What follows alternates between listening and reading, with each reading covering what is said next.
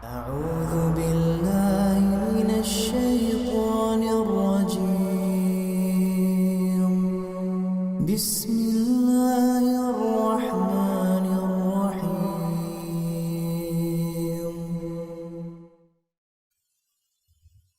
الحمد لله حمدا كثيرا طيبا مباركا فيه كما يحب ربنا ويرضاه. أشهد أن لا إله إلا الله وحده لا شريك له وأشهد أن محمدا عبده ورسوله لا نبي ولا رسول بعده.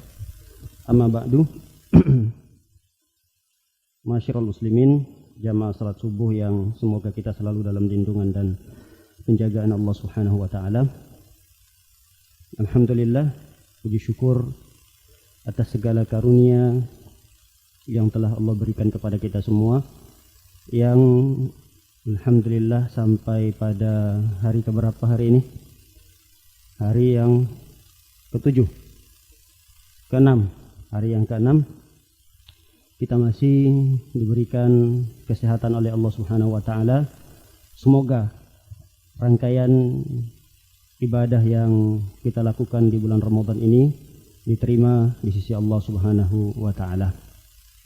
Salawat dan salam tak lupa pula kita hadiahkan untuk Nabi kita tercinta, Nabi Muhammad sallallahu alaihi wasallam. Para hadirin yang dimuliakan oleh Allah Subhanahu wa taala, sebagaimana kita ketahui bahwa ini adalah majelis yang perdana ya, yang pertama sejak lockdown. Kita belum pernah. Bismillahirrahmanirrahim. Ini Masya Allah adalah majelis yang ditunggu-tunggu oleh para penuntut ilmu. Majelis di mana rahmat Allah, sakinah, ketenangan, para malaikat menaungi orang-orang yang ada di majelis ini. Inilah majelis di mana yang dirindukan oleh para penuntut ilmu. Semoga pagi hari ini majelis yang kita berada di dalamnya mendapatkan keberkahan Allah Subhanahu wa taala. Semoga kita pulang dari majelis ini selalu dalam naungan para malaikat, dan semoga Allah Subhanahu wa taala selalu menjaga kita dari setiap mara bahayanya. Amin ya rabbal alamin. Para hadirin dimuliakan oleh Allah Subhanahu wa taala, kajian kita pagi hari ini insyaallah tidak panjang dan singkat saja. Kita akan membahas tentang bulan Ramadan adalah bulannya Al-Quran. Hal ini tentu berdasarkan firman Allah Subhanahu wa taala dalam surah Al-Baqarah ayat 185. Allah SWT berfirman, "Syahrul Ramadan alladzi unzila fihi al-Qur'an hudan lin-nas wa bayyinatin minal huda wal furqan." Kata Allah, bulan Ramadan adalah bulan di mana Al-Quran itu diturunkan. Lihat, syahrul Ramadan lalu digandengkan oleh Allah Subhanahu wa taala dengan kata Al-Quran. Kenapa? Karena memang Al-Quran ini diturunkan pada bulan Ramadan. Lalu dikuatkan lagi oleh hadis Rasul sallallahu alaihi wasallam yang diriwayatkan oleh Wasilah bin Al-Asqa'. Nabi sallallahu alaihi wasallam bersabda, "Unzilat suhuf Ibrahim awwala lailatin min Ramadan." Suhuf Ibrahim itu lembarannya. Di zaman Nabi Ibrahim belum dijadikan satu jilid kitab atau wahyu yang Allah turunkan kepada Nabi Ibrahim. Beda dengan kitab-kitab yang lain yang kita ketahui seperti Taurat, Injil, Zabur. Kita akan mengetahui kitab yang diturunkan oleh Allah Subhanahu wa taala adalah Taurat, Zabur, Injil, Al-Quran. Padahal tidak hanya itu. Di antaranya adalah suhuf Ibrahim. Kata Nabi SAW, lembaran-lembaran Ibrahim, maksudnya wahyu-wahyu yang dituliskan oleh Nabi Ibrahim di dalam beberapa lembaran, itu diturunkan oleh Allah Subhanahu wa taala awwala lailatin min Ramadan, malam pertama di bulan Ramadan. Wa unzilatit Taurah, dan Taurah itu diturunkan pada hari ke-6, bulan Ramadan. Dan Injil diturunkan pada hari yang ke-13 dari bulan Ramadan. Wa unzilatiz Zabur, kitab Zabur juga diturunkan di bulan Ramadan di hari ke-18. Lalu kemudian Al-Quran diturunkan oleh Allah Subhanahu wa taala li arba'in wa isyrina khalat min Ramadan, yaitu di hari ke-24 bulan Ramadan. Dalam riwayat yang lain di malam Lailatul Qadar. Malam Lailatul Qadar itu ya di 10 terakhir dari bulan Ramadan. Dan ini dikuatkan oleh firman Allah Subhanahu wa taala, "Inna anzalnahu fi Lailatul Qadar." Berarti di 10 terakhir bulan Ramadan diturunkannya oleh Allah Subhanahu wa taala Al-Qur'an ini. Baik. Tentu di bulan Ramadan ini banyak sekali amalan-amalan yang diunggulkan dan sangat dianjurkan untuk dikerjakan. Di antaranya adalah qiyamul lail, salat tarawih, kemudian bersedekah. Banyak amalan-amalan yang sangat ditekankan untuk dikerjakan oleh orang yang berpuasa. Namun di antara amalan tersebut adalah membaca Al-Qur'an. Hal ini dikuatkan oleh hadis Rasul sallallahu alaihi wasallam bahwa Rasulullah SAW menggandengkan kalimat Al-Quran dengan puasa.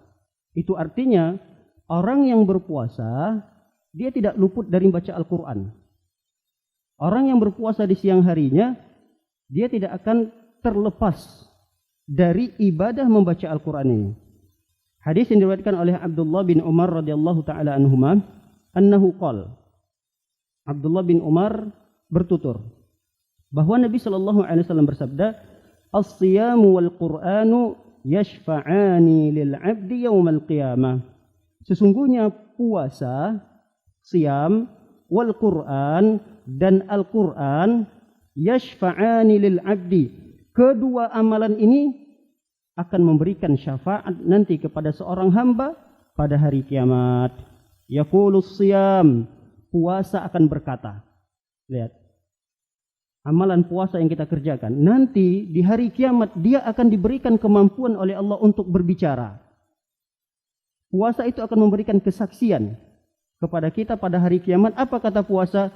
Ai Rabbi, wahai Tuhan, wahai Allah, mana'tuhu at-ta'am wasyahwat bin nahar fasyaffi'ni fihi. Kata puasa mengatakan kepada Allah Subhanahu wa taala, ya Allah, aku cegah hamba ini untuk tidak makan, untuk tidak minum. Aku cegah hamba ini untuk menahan syahwatnya di siang hari. Fasyafi'ni fihi. Izinkan aku untuk memberikan syafaat kepada hamba tersebut. Wa yaqul Qur'an, dan Al-Qur'an pun tidak mau kalah. Karena memang orang yang berpuasa identik sekali dengan bacaan Al-Qur'annya. Maka Al-Qur'an pun mengatakan, ya Allah, mana'tuhu an-naum bil-lail. Aku halangi hamba ini untuk segera beristirahat di malam hari. Yang biasanya hamba tersebut istirahatnya misal jam 9, jam 10 sudah istirahat, sudah tidur. Tapi ya Allah, aku halangi dia. Aku ambil sebagian malamnya untuk membaca Al-Quran di malam hari tersebut. Fasyafi'ni fihi. Izinkan aku untuk memberikan syafaat. Qala fayushfa'an. Lalu Allah Subhanahu wa taala pun memberikan izin untuk memberikan syafaat kepada hamba-hamba yang membaca Al-Quran atau berpuasa di siang harinya dan membaca Al-Quran di malam harinya. Para hadirin dan hadirat dimuliakan oleh Allah Subhanahu wa taala. Apa faedah yang bisa kita ambil dari hadis ini? Kata para ulama bahwa puasa dan Al-Quran berdasarkan hadis ini secara otomatis akan bisa menjadi penolong kita pada hari kiamat.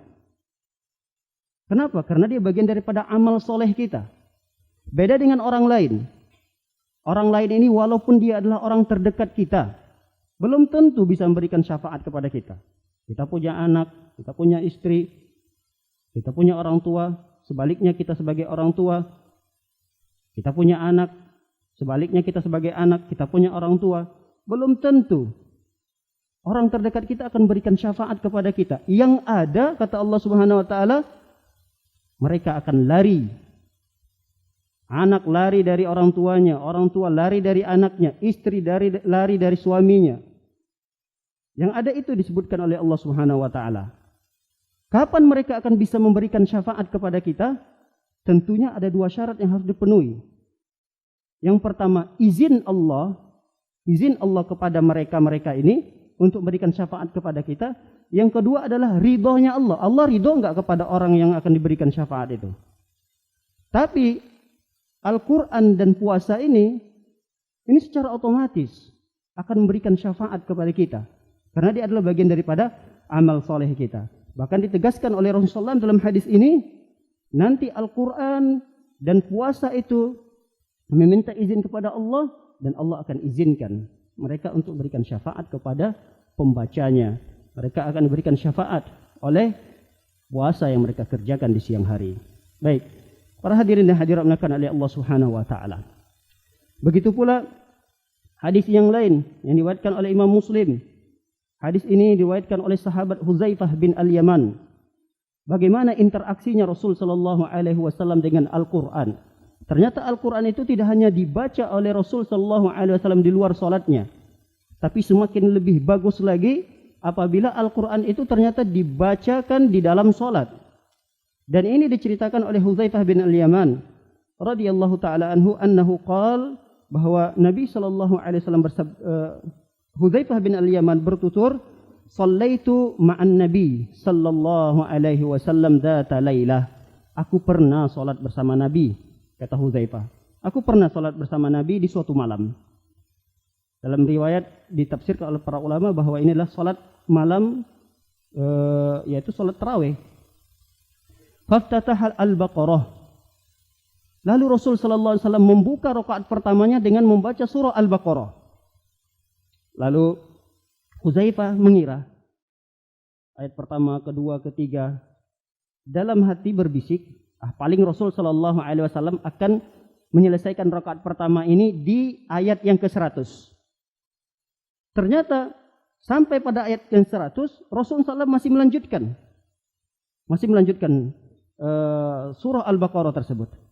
Lalu kembali Huzaifah mengira, paling Rasul sallallahu alaihi wasallam akan menyelesaikan rakaat pertama ini hanya surah Al-Baqarah saja. Ternyata perkiraan Huzaifah masih meleset. Ternyata Rasul sallallahu alaihi wasallam melanjutkan kembali surah An-Nisa.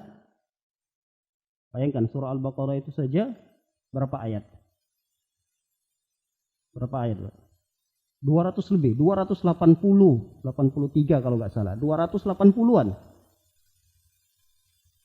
Mengira rakaat pertama itu akan dihabiskan oleh Rasulullah SAW, oleh Huzaifah, ternyata perkiraan itu juga salah. Lalu Rasulullah SAW pindah ke surah yang berikutnya. Ini kan 3 surah yang begitu panjang di awal Al-Quran. Surah Al-Baqarah, kemudian surah An-Nisa, surah Al-Imran. Tapi dalam hadis ini Rasul sallallahu alaihi wasallam mendahului surah An-Nisa, walaupun dalam urutan dari Al-Quran adalah Al-Baqarah, Ali Imran dan An-Nisa. Tapi Rasul sallallahu alaihi wasallam dalam riwayat ini mendahului surah An-Nisa, baru kemudian beliau membaca Ali Imran. Nah, ini menunjukkan bahwa Nabi kita Muhammad sallallahu alaihi wasallam perhatiannya begitu besar terhadap Al-Quran, dan itu berlaku, artinya lebih ditekankan dan lebih beliau memokuskan bacaan Al-Quran itu di malam harinya. Karena ada keutamaan-keutamaan tertentu memang. Bukan artinya tidak dianjurkan untuk membaca Al-Quran di siang hari. Dianjurkan. Namun lebih dianjurkan lagi apabila Al-Quran itu dibacakan di malam hari. Sebagaimana 2 hadis yang telah kita bacakan barusan. Hadis yang puasa dan Al-Quran beri syafaat, itu hadisnya menceritakan di malam hari juga baca Al-Qurannya. Kemudian hadis Huzaifah dan hadis-hadis yang lainnya banyak sekali menceritakan anjuran yang sangat ditekankan bagi seorang hamba untuk membaca Al-Quran di malam hari. Baik. Keutamaan membaca Al-Quran. Dan keutamaan ini tidak hanya fokus pada Ramadan saja. Keutamaan ini juga berlaku di luar Ramadan. Namun keutamaan ini akan lebih besar lagi apabila dibacakan di bulan Ramadan. Hadis yang pertama yang menceritakan tentang keutamaan ini adalah sabda Nabi sallallahu alaihi wasallam dalam sahihnya Imam Muslim. Nabi sallallahu alaihi wasallam bersabda, "Iqra'ul Qur'an fa innahu ya'ti yaumal qiyamati syafi'an li ashabi." Iqra'ul Qur'an. Bacalah Al-Qur'an, kata Rasulullah, karena sesungguhnya nanti Al-Qur'an itu datang pada hari kiamat sebagai syafi'. Syafi' itu pemberi syafaat. Li ashabi. Li ashabihi ini bukan hanya memiliki Al-Quran. Karena ada sebagian yang keliru menerjemahkan li ashabihi ini adalah pemilik Al-Quran. Bukan. Kalau pemilik Al-Quran, semua kaum muslimin punya Al-Quran. Bahkan lebih daripada satu. Tapi Al-Quran itu akan memberikan syafaat kapan? Ketika Al-Quran itu dibaca. Makanya Rasul SAW menegaskan di awal hadis ini, Iqra'u Al-Quran. Karena arti sahib itu kan sahibul Quran, seperti sahibul jawal, pemilik HP ini, pemilik HP. Sahibul Quran, pemilik Al-Quran, bukan maksudnya pemilik Al-Quran, tapi Al-Quran itu setelah dia miliki, tapi dia baca. Sehingga Iqra'ul Quran, kata Rasulullah, baca Al-Quran itu. Jika Al-Quran itu ingin menjadi syafaat bagi kalian. Tapi kalau Al-Quran itu hanya sekedar menjadi pajangan, apalagi sekedar sebagai hiasan dinding, sama sekali Al-Quran itu tidak akan berikan pertolongan pada kita pada hari kiamat. Kemudian hadis berikutnya. Nabi sallallahu alaihi wasallam bersabda, "Man qara'a harfan min kitabillah falahu bihi hasanah." Siapa orang yang baca Al-Quran satu huruf saja, maka baginya satu kebaikan. Kata Rasulullah, "Wal hasanatu bi asyri amsalihha." Satu kebaikan itu akan dilipat gandakan menjadi 10. La aqul alif lam harfun, walakin alifun harfun, wa lamun harfun, wa mimun harfun. Aku tidak mengatakan, kata Rasulullah, alif lam mim itu satu huruf. Tapi alifnya satu, lamnya satu, mimnya satu. Kalaulah setiap satu huruf dikalikan 10 kebaikan, 10 pahala, berarti ketika kita melantunkan alif lam mim, kita sudah mendapatkan 30 pahala. Bisa kita bayangkan kalau kita lanjutkan, zalikal kitabu la raiba fi. Zalika, za, ada alifnya, ada lamnya, ada kafnya. Alkitab, alif, lam, kaf, ta, a, ba. Banyak sekali huruf-huruf yang telah kita lantunkan. Maka kalikan di setiap huruf itu 10 pahala. Dan hitung sekali duduk berapa halaman yang kita baca. Subhanallah. Ini bukan pahala yang sedikit yang didapatkan oleh orang-orang yang bersama dengan Al-Quran. Baik, hadis yang berikutnya. Innallaha yarfa'u bihadzal kitab aqwaman wa yad'u bihil akharin. Nabi SAW mengatakan, di antara keutamaan baca Al-Quran adalah sesungguhnya Allah mengangkat sekelompok kaum dengan Al-Quran ini.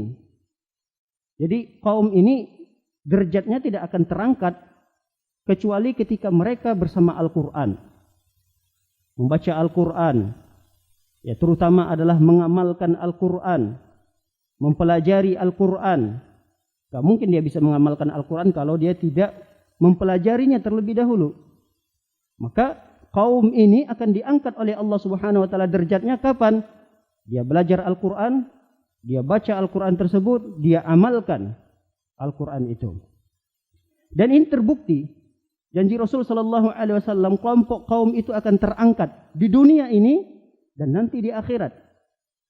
Di dunia kita melihat bahwa orang yang menghafal Al-Quran itu lebih didahulukan. Derajatnya lebih tinggi daripada orang yang sedikit hafalannya. Kita mendahului seseorang menjadi imam, apakah orang yang usianya lebih tua dari kita? Tidak.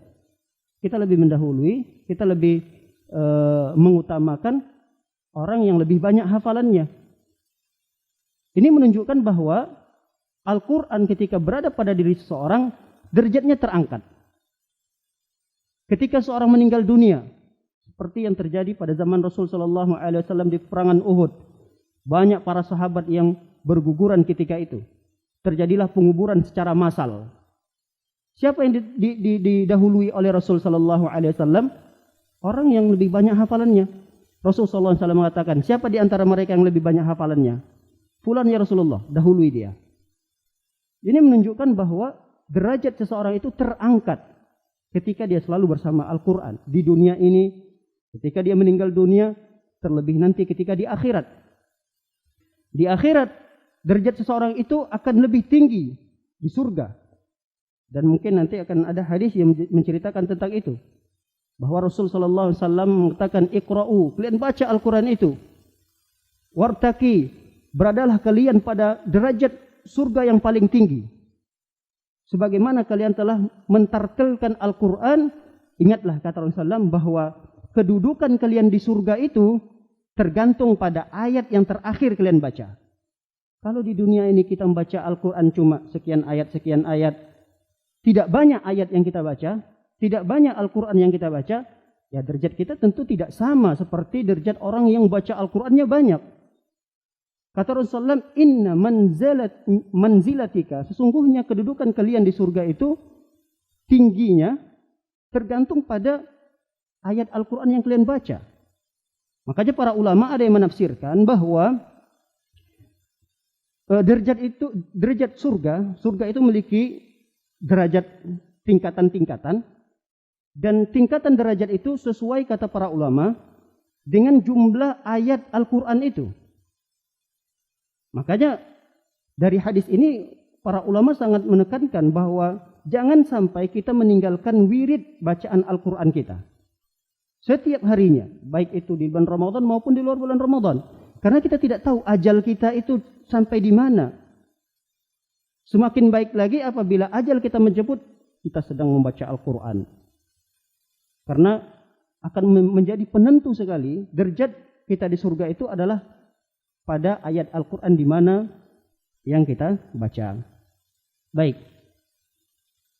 Para hadirin dan hadirin dimuliakan oleh Allah Subhanahu wa taala, Rasul SAW menjelaskan hal tersebut bahwa di surga memiliki derajat, dan tingginya derajat seseorang di surga itu ditentukan oleh Al-Quran atau ayat yang dia bacakan.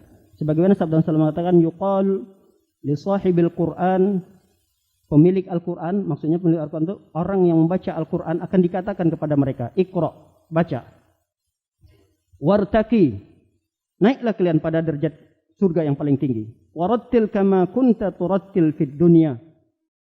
Bacakan kembali Al-Quran itu sebagaimana kalian mentartil Al-Quran itu di dunia. Fa inna manzilaka 'inda akhiri ayatin taqra'uha. Karena sesungguhnya kedudukan kalian itu tergantung pada ayat yang terakhir yang kalian baca. Baik. Banyak keutamaan-keutamaan baca Al-Quran yang enggak mungkin satu persatu kita sebutkan. Yang terakhir di antara keutamaan baca Al-Quran adalah sabda Rasul sallallahu alaihi wasallam. Majtama'a qaumun fi baitin min buyutillah yatluna kitaballah wa yatadarasunahu bainahum illa nazalat alaihimus sakinah wa ghasyiyatuhumur rahmah wa haffathumul malaika wa dzakarahumullahu fi man indah. Kata Rasulullah, majtama'a qaumun fi baitin min buyutillah, tidaklah berkumpul sekelompok kaum di salah satu rumah Allah Subhanahu wa taala seperti yang kita lakukan pagi ini. Tidaklah berkumpul sekelompok kaum, kata Rasulullah. Ngapain mereka? Gosip? Tidak. Ngapain mereka? Cerita bisnis? Tidak. Cerita dunia? Tidak. Yatluna kitab Allah. Mereka berkumpul itu yatluna kitab Allah, membaca Al-Quran. Termasuk kata para ulama, yatluna kitab Allah adalah mendengarkan kajian Al-Quran yang dibacakan oleh ustadznya, kemudian didengarkan. Ini termasuk perkumpulan sekelompok kaum di rumah Allah yang sedang membaca Al-Quran. Dibacakan Al-Quran, ada yang mendengarkan Al-Quran itu dibaca lalu dijelaskan, didengarkan. Ini termasuk dalam golongan hadis ini, kata para ulama. Tidak hanya yatluna kitab Allah wa yatadarasunahu bainahum. Mereka saling belajar. Satu orang membaca, yang lain mendengarkan. Oh, ini salah bacaannya, yang benar seperti ini. Itu namanya tadarus kalau bahasa kita. Wa yatadarasunahu bainahum. Mereka saling bertadarus. Bertadarus itu ada unsur timbal balik. Seorang membaca, yang lain mendengarkan. Lalu yang mendengarkan tadi kemudian bergiliran untuk membaca, didengarkan. Kalau ada yang salah, keliru, lalu diperbaiki. Itu namanya tadarus. Illa nazalat alaihimus sakinah. Lalu apa yang mereka dapatkan ketika berkumpul-kumpul itu? Habis waktu saja. Apa yang mereka dapatkan ketika berkumpul itu? Hanya mengurangi jam istirahat mereka. Harusnya mereka beristirahat, lalu berkuranglah jam istirahat itu. Tidak. Ada keutamaan yang besar yang mereka dapatkan. Yang pertama adalah illa nazalat alaihi mustakinah. Turun sakinah Allah Subhanahu wa taala. Ketenangan, kebahagiaan itu turun di tempat ini. Ini adalah tempat di mana kebahagiaan itu yang hakiki yang diraih oleh seorang muslim, yaitu ketika berada di majlis ilmu ini. Wa ghasyiyatuhumur rahmah. Kemudian rahmat Allah juga turun. Kasih sayang Allah juga turun di tempat ini. Wa haffathumul malaikah, dan para malaikat Allah Subhanahu wa taala menaungi orang-orang yang ada di majlis tersebut. Wa dzakarahumullahu fi man indah, dan Allah bangga di hadapan para malaikatnya sehingga Allah menyebut-nyebut nama satu persatu dari orang-orang yang ada di majlis tersebut. Baik, para hadirin yang dirahmati oleh Allah Subhanahu wa taala, kita melanjutkan pada poin yang berikutnya adalah adab membaca Al-Qur'an di bulan Ramadan, tapi ini khusus di bulan Ramadan. Ya, adab-adab yang lainnya memang harus tetap dilakukan gitu. Secara umum adab baca Al-Qur'an itu dalam kondisi suci, kemudian menghadap ke kiblat, baca ta'awudz. Ini secara umum berlaku di Ramadan maupun di luar Ramadan. Tapi yang ingin kita tekankan di sini adalah terkait di bulan Ramadannya. Yang pertama, adab membaca Al-Quran di bulan Ramadan ini adalah ikhlas karena Allah Subhanahu wa taala. Jadi murnikan. Tujuan daripada kita membaca Al-Quran itu apa? Karena rentan sekali ketika kita membaca Al-Quran di bulan Ramadan ini dengan ketidakikhlasan. Melihat yang lain baca Al-Quran, kadang kita ya memang termotivasi karena melihat mereka. Kalau ia terbesit niatnya karena Allah, kalau dia hanya sekedar nggak enakan, ini bahaya. Wah, yang lain pada baca Al-Quran nih, kok saya sendiri yang nggak megang Al-Quran? Akhirnya apa? Akhirnya dia ngambil Al-Quran. Jadi tidak ada tujuan daripada dia membuka Al-Quran, baca Al-Quran itu untuk Allah Subhanahu wa taala, memurnikan hanya karena Allah. Bukan, tapi karena enggak enakan gitu. Ini bahaya. Apalagi di bulan Ramadan, di masjid semua orang pada tadarusan, baca Al-Quran sana sini, pojokan sana baca Al-Quran. Cuma dia di tengah-tengah enggak megang Al-Quran. Misal seperti itu. Kalau saat ini kan memang Al-Quran tidak ada, tapi sekarang ada di aplikasi HP masing-masing. Semua berkomat-kamit mulutnya. Akhirnya dia juga ikutan. Kalau ikutannya itu dia perbaiki niatnya, dia niat terlebih dahulu bahwa saya baca Al-Quran memang karena Allah Subhanahu wa taala, bagus. Karena itulah yang dituntut bagi seorang ketika ingin baca Al-Quran. Kenapa berbahaya? Karena perhatikan hadis Nabi sallallahu alaihi wasallam yang diriwayatkan oleh Imam Muslim. Nabi sallallahu alaihi wasallam mengatakan, "Anna awwala man tusya'ru bihimun naru salasah." Ada 3 kelompok orang yang pertama sekali yang akan dibakar oleh Allah SWT dalam neraka. Ada 3 kelompok orang. Yang pertama sekali yang Allah campakkan ke dalam api neraka itu, nih 3 kelompok orang ini. Kita lihat siapa mereka. Di antaranya, satu di antaranya adalah kata Rasulullah SAW, rojulan qari'an lil Qur'an, yaitu kelompok orang yang bacaan Al-Qur'annya luar biasa. Sampai diberi gelar qari. Kalau bahasa kita qari ini kan bukan orang biasa. Bukan orang awam biasa. Qari. Ketika dia melantunkan Al-Qur'an itu matnya, hak-hak Al-Qur'an itu dia tunaikan, tajwidnya, tartilnya luar biasa. Itu namanya qari. Qari lil Qur'an, dia baca Al-Qur'an, suaranya bagus sekali. Nah, ini termasuk kelompok orang yang pertama sekali akan dibakar oleh Allah. Ternyata orang yang pertama sekali dibakar oleh Allah itu bukan pezina, bukan. Bukan orang yang bermabuk-mabukan. Bukan orang yang pertama yang akan dimasukkan oleh Allah dalam neraka. Tapi yang pertama sekali di antaranya dari 3 kelompok orang tersebut adalah orang yang pintar dalam membaca Al-Quran. Hafiz. Wa yuja'u bihi fayas'aluhullah. Maka kata Rasul sallallahu alaihi wasallam, laki-laki tersebut dipanggil oleh Allah Subhanahu wa taala. Sini, mana yang qari? Mana yang hafalannya banyak? Mana yang biasa sering membaca Al-Qur'an? Dipanggil oleh Allah, Lalu kemudian Allah tanya. Apa kata Allah? An amalihi, tentang amalan ketika dia membaca Al-Quran tersebut. Dia menjawab. Seorang hamba yang qari tadi menjawab. Qara'tu fikal Qur'an wa aqra'tuhu linnas. Ya Allah, aku membaca Al-Quran ini karenamu ya Allah. Bahkan aku ajarkan pula Al-Quran ini kepada manusia. Apa kata Allah? Kadzabta. Kamu dusta, kata Allah SWT. Kamu dusta. Wa taqulul malaikatu lahu kadzabta. Bahkan tidak hanya Allah, para malaikat yang ada di sekitar Allah Subhanahu wa taala pun ikut mendustakannya. Apa kata para malaikat? Kamu dusta, kata para malaikat. Wa innama qara'ta liqal huwa qari faqad qil. Kamu baca Al-Qur'an di dunia itu supaya mendapatkan gelar qari. Dan gelar itu kamu dapatkan kan? Kata Allah. Ketika seseorang baca Al-Quran, supaya dikatakan, oh ini ahli Al-Quran ini. Oh si fulan itu memang bagus baca Al-Qurannya. Nah ketika dia baca Al-Quran, dia lantunkan Al-Quran itu. Karena memang benar-benar ingin mendapatkan gelar di tengah masyarakat qari, orang yang bagus bacaannya, orang yang banyak membaca Al-Quran, dia akan dapatkan predikat itu di tengah masyarakat. Tapi lihat, di sisi Allah Subhanahu wa ta'ala, Allah dustakan itu semua. Kamu bohong, kata Allah. Malaikat kata, kamu juga bohong, kata para malaikat. Kamu tidak membaca Al-Quran karena Allah Subhanahu wa ta'ala. Lalu kemudian thumma yu'maru bihi fayushabu ilan nar. Lalu kemudian si qari tersebut diseret dan dilemparkan ke dalam api neraka. Ini salah satu dari 3 kelompok tersebut. Baik, ini adab yang pertama, ikhlas. Karena sangat-sangat rentan sekali di bulan Ramadan ini seseorang itu membaca Al-Quran, dia tidak memperbaiki terlebih dahulu niatnya.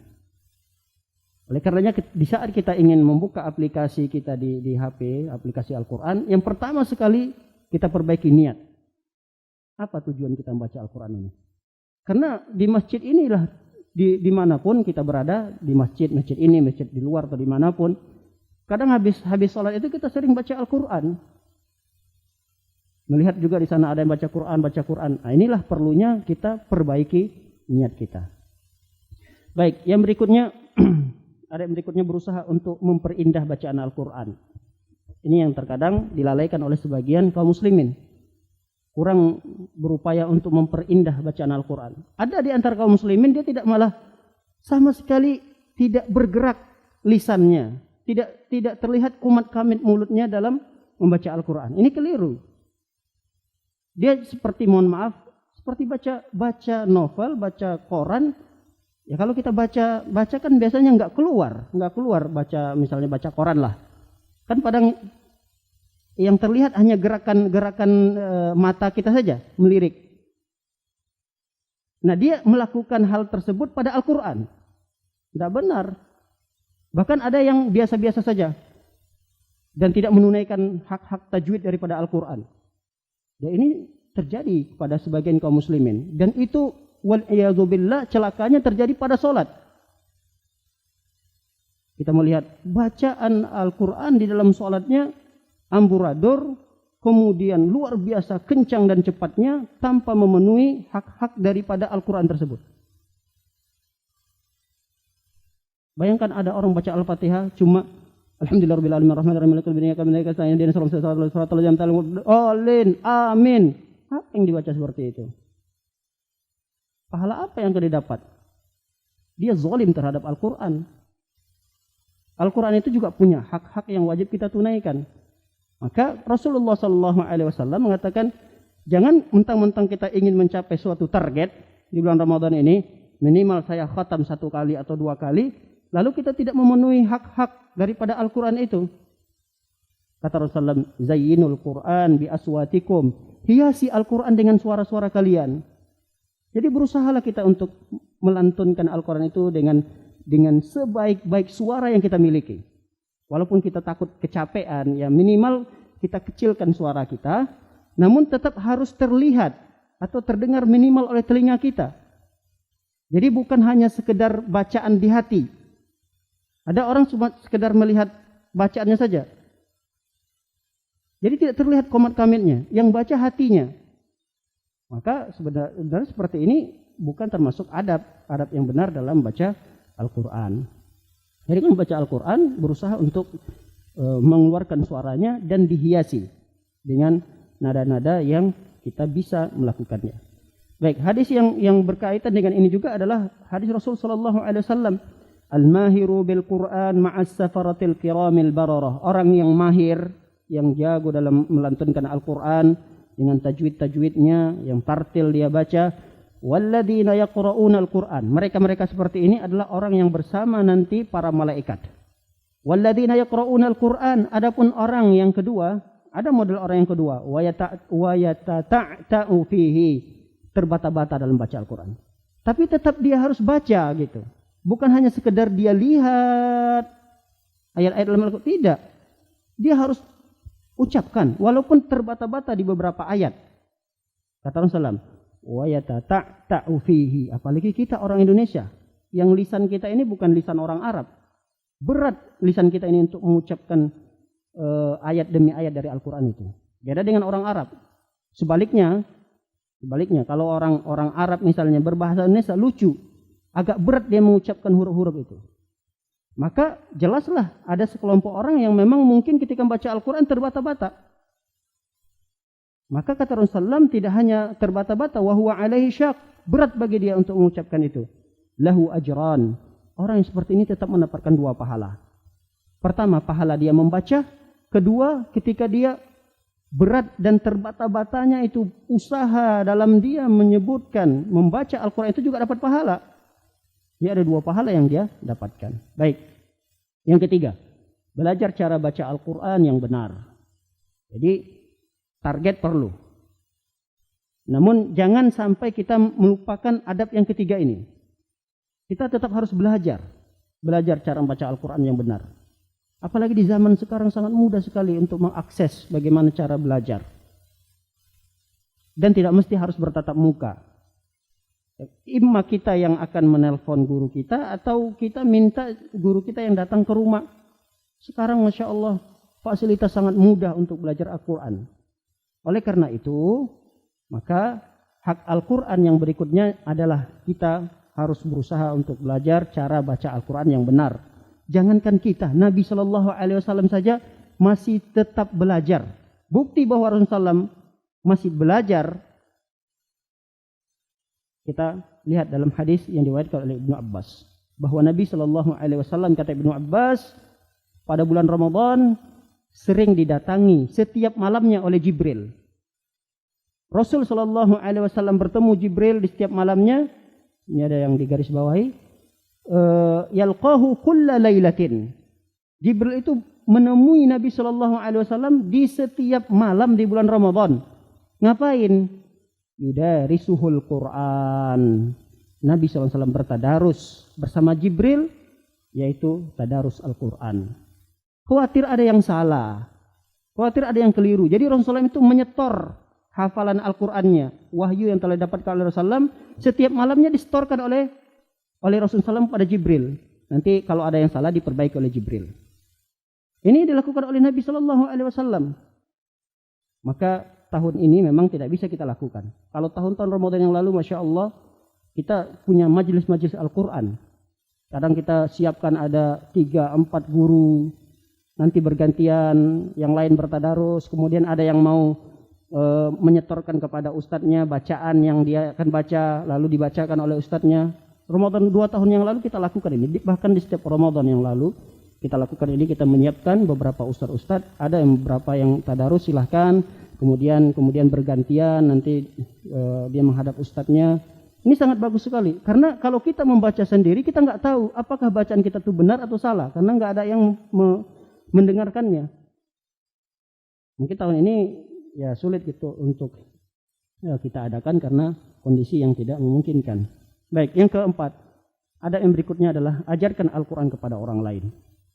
Ini di bulan Ramadan. Ya di luar Ramadan juga perlu, tapi alangkah lebih baiknya lagi kalau di bulan Ramadan ini kita lakukan. Jadi kita mengajarkan Al-Quran itu ya kepada siapa saja, pada istri kita, pada anak kita. Kenapa? Karena kata Rasulullah SAW, khairukum man ta'allama al-Quran wa 'allamahu. Sebaik-baik kalian itu adalah orang yang belajar Al-Quran dan mengajarkannya. Jadi tidak mesti orang yang terbaik itu adalah orang yang mengajarkan. Tapi kata Rasulullah, orang yang terbaik di antara kalian adalah orang yang belajar juga terbaik, bukan hanya mengajarkan. Makanya kata para ulama bahwa khairiyah, kebaikan dalam Islam ini itu tidak ditentukan oleh nasab, oleh keturunan, tidak. Seseorang itu dinilai baik dalam Islam ini bukan karena harta benda yang dia miliki. Dalam Islam ini orang terbaik bukan karena pangkat yang dia miliki, bukan. Makanya di masjid ini semua kita sama. Siapa yang lebih tinggi di sini? Ya, siapa yang kita tunjuk sebagai imam? Karena memang dia yang lebih banyak hafalannya. Derajatnya terangkat karena Al-Quran. Semua kita di sini kalau sudah masuk ke rumah Allah, pangkat kita tinggal. Bintang apapun kita itu enggak ada di hadapan Allah Subhanahu wa taala. Apapun jabatan kita di perusahaan kita itu tidak ada. Tidak ada apa-apanya di rumah Allah ini. Maka siapa yang terbaik di rumah Allah Subhanahu wa taala ini adalah orang yang belajar Al-Qur'an dan yang mengajarkannya. Itulah yang terbaik di sisi Allah Subhanahu wa taala.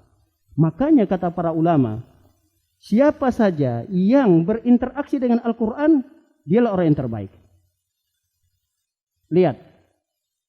Al-Qur'an ini diturunkan kepada malaikat. Maksudnya melalui malaikat. Al-Quran ini diturunkan melalui malaikat. Dan malaikat itu ditunjuk adalah malaikat Jibril. Dari sekian miliarnya malaikat di langit tidak terhitung. Tidak, kalau miliar kan berarti mesti terhitung.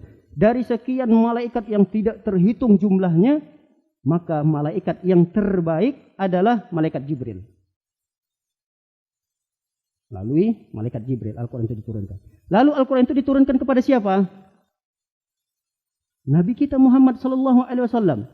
Manusia yang terbaik dari zaman Nabi Adam nanti, yang dulu dari zaman Nabi Adam sampai nanti manusia terakhir pada hari kiamat, maka Nabi Muhammad sallallahu alaihi wasallam adalah sosok makhluk manusia yang paling terbaik. Kenapa? Akibat daripada Al-Quran. Lihat, Al-Quran itu diturunkan kapan? Di bulan Ramadan. Dari 12 jumlah bulan dalam setahun, maka bulan yang terbaik dari 12 bulan itu adalah bulan Ramadan. Dari satu bulan-bulan Ramadan itu, ada satu malam yang terbaik. Dari sejumlah satu bulan Ramadan itu, maka ada satu malam yang terbaik, yaitu malam Lailatul Qadar. Karena malam itulah Al-Quran diturunkan oleh Allah Subhanahu wa taala.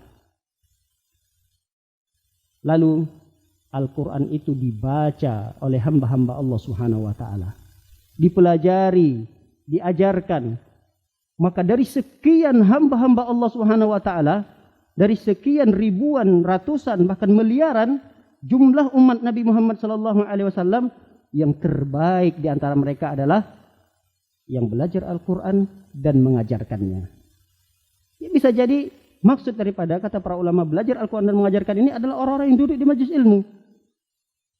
Maka bergembiralah kita. Kita termasuk orang-orang yang terpilih oleh Allah Subhanahu wa taala dari sekian juta 200 atau berapa jutaan lah yang ada di Duku Bima ini misalnya. Alhamdulillah. Atau di sekitar Duku Bima ini, kita termasuk orang yang terpilih, orang yang terbaik di sisi Allah Subhanahu wa taala. Ketika kita bersama Al-Quran, posisi kita sebagai suami, kita suami yang terbaik. Kita sebagai anak, anak yang terbaik. Kita sebagai warga, warga yang terbaik. Kita sebagai karyawan, karyawan yang terbaik. Kapan itu? Ketika kita bersama Al-Quran. Baik. Yang kelima, tadabbur Al-Quran. Jadi di bulan Ramadan ini jangan juga sampai hanya sekedar fokus baca, ya. Minimal ketika kita membaca Al-Quran itu adalah satu kata, dua kata yang kita juga tadabburi. Jadi jangan sekedar membaca terus baca sehingga kita meninggalkan mentadabburi Al-Quran ini, menghayati. Minimal satu kata, misal kalau kita sampai pada surah Al-Ikhlas misalnya. Qul huwallahu ahad, Allahus samad, Ada kalimat somatnya, as-somad. Apa sih arti as-somad? Kita lihat terjemahannya. Nah ini juga termasuk bagian daripada tadabbur. Jadi ini sebaiknya juga dilakukan karena ini sebagian adab ketika kita membaca Al-Quran. Sebagian kita kan kadang penting kita kejar target nih, baca terus. Ya minimal selain kita tadi baca, kita belajar juga. Kalau kita bisa ya mengajarkan. Kemudian jangan lupa tadabbur nih. Tadabbur. Tadabburi, oh ada kayak kata asing gitu. Kata asing. Tapi kata asing ini kadang sering terdengar. Apa salahnya kita buka terjemahannya? Kalau bisa mungkin kita buka tafsirnya. Apa sih kata ini maksudnya? Sering banget terdengar gitu. Ini sangat bagus sekali. Baik. Kemudian para hadirin yang hadir oleh Allah Subhanahu wa taala, apakah sunnah kita mengkhatamkan Al-Qur'an di bulan Ramadan ini? Ya, yang sunnah itu memang memperbanyak baca Al-Quran. Tentu orang yang memperbanyak Al-Quran akan banyak dalam mengkhatamkan Al-Quran. Maka kata para ulama ada yang mengatakan sunnah mengkhatamkan Al-Quran ini minimal sekali di bulan Ramadan. Sebagaimana hadis Rasul sallallahu alaihi wasallam diceritakan bahwa Jibril kana ya'ridu 'ala Nabi sallallahu alaihi wasallam Quran kulla 'amin marrah. Nabi sallallahu alaihi wasallam seringkali mensetorkan Al-Quran itu dalam 1 tahun 1 kali. 1 tahun 1 kali. Rasulullah itu menyetor Al-Quran tentunya sampai di mana baru Al-Quran itu turun. Misalnya Al-Quran itu turun sampai sekian. Jadi semuanya itu disetor oleh Rasulullah setiap tahunnya kepada Jibril. Lalu kemudian fa'aradu alaihi marratain, dan Rasulullah menyetorkan Al-Quran itu diselesaikan Rasulullah hafalannya Al-Quran itu dalam tahun yang terakhir di mana Rasulullah akan wafat 2 kali. Jadi setiap tahunnya Rasulullah biasanya 1 kali, dan tahun terakhir Rasulullah SAW akan meninggal dunia tahun tersebut Rasulullah menyetorkannya sampai 2 kali. Maka dari hadis ini sebagian para ulama menyebutkan bahwa di bulan Ramadan ini minimalnya target kita adalah 1 kali khatam Quran. Kita tidak perlulah sampai seperti Ibrahim An-Nakhai. Ibrahim An-Nakhai ini diceritakan bahwa beliau menceritakan bahwa Al-Aswad, seorang salafus saleh, yakhtimul Quran, dia mengkhatamkan Al-Quran. Lihat, di bulan Ramadan ini 2 malam. Dalam 2 malam, 2 hari 2 malam dia selesai baca Quran. Lihat, Qatadah, dia mengkhatamkan Al-Quran, Qatadah rahimahullahu taala, dia mengkhatamkan Al-Quran 1 kali khatam selama 7 hari. Itu di luar bulan Ramadan. Ketika di bulan Ramadan, beliau mengkhatamkan Al-Quran setiap 3 hari. Dan nanti di 10 malam terakhir, beliau mengkhatamkan Al-Quran di setiap malamnya. Lihat, semakin meningkat. Mujahid rahimahullah ta'ala, annahu kana yakhtimul Quran, beliau mengkhatamkan Al-Quran di bulan Ramadan setiap malam. Berarti kalau dia 30 hari Ramadannya 30 kali khatamnya.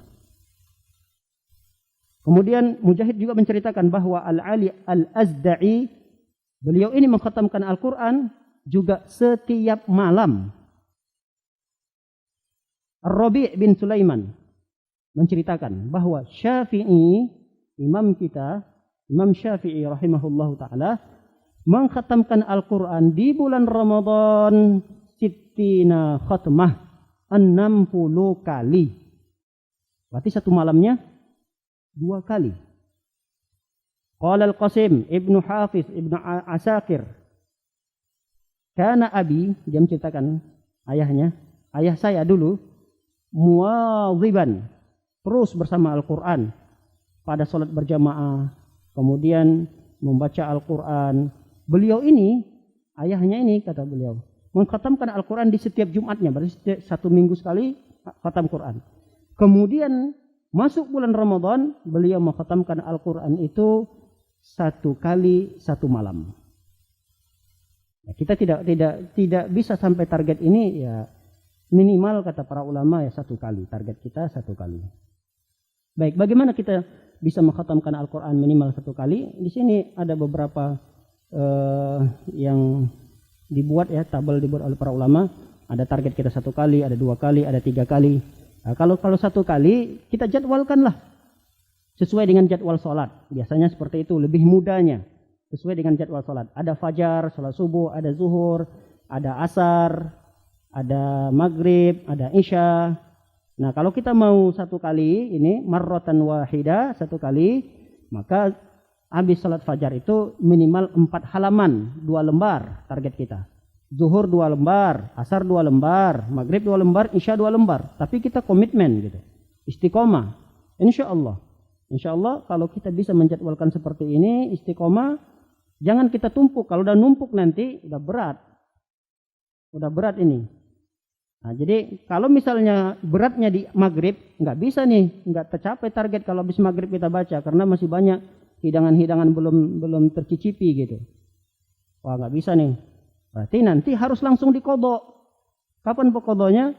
Ya isya. Oh, isya juga nggak bisa, nggak sampai target. Habis isya itu langsung taraweh.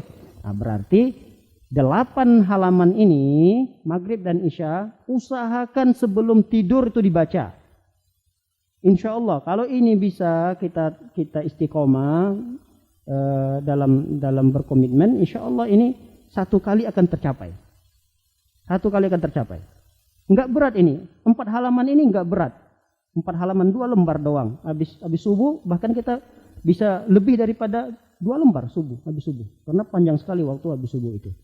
Nah, kalau kita 2 kali, mau pengen 2 kali khatam, ya berarti setiap selesai sholat itu 8 halaman. Kalau mau 3 kali ya 12 halaman. Kalau ini berat semua ya kita ambil yang paling atas saja. Nah, itu marratan wahidah saja. 1 kali khatam Al-Quran. Baik, demikianlah kajian singkat ini. Mudah-mudahan bermanfaat. Semoga apa yang kita kaji pada pagi hari ini mendapatkan sedikit ilmu dan mudah-mudahan kita bisa amalkan dalam kehidupan kita sehari-hari, khususnya di bulan Ramadan ini. Semoga Allah Subhanahu wa taala memberikan kekuatan kepada kita, kemudahan dalam melakukan semua aktivitas terutama aktivitas ibadah kita, dan semoga Allah Subhanahu wa taala menerima amal soleh kita. Semoga Allah Subhanahu wa taala selalu melindungi dan menjaga kita. Semoga Allah Subhanahu wa taala memberikan kesehatan bagi orang-orang yang diberikan penyakit oleh Allah Subhanahu wa taala. Amin ya rabbal alamin. Subhanakallahumma bihamdika asyhadu an la ilaha illa anta astaghfiruka wa atubu ilaik. Akhiru da'wana. Assalamualaikum warahmatullahi wabarakatuh.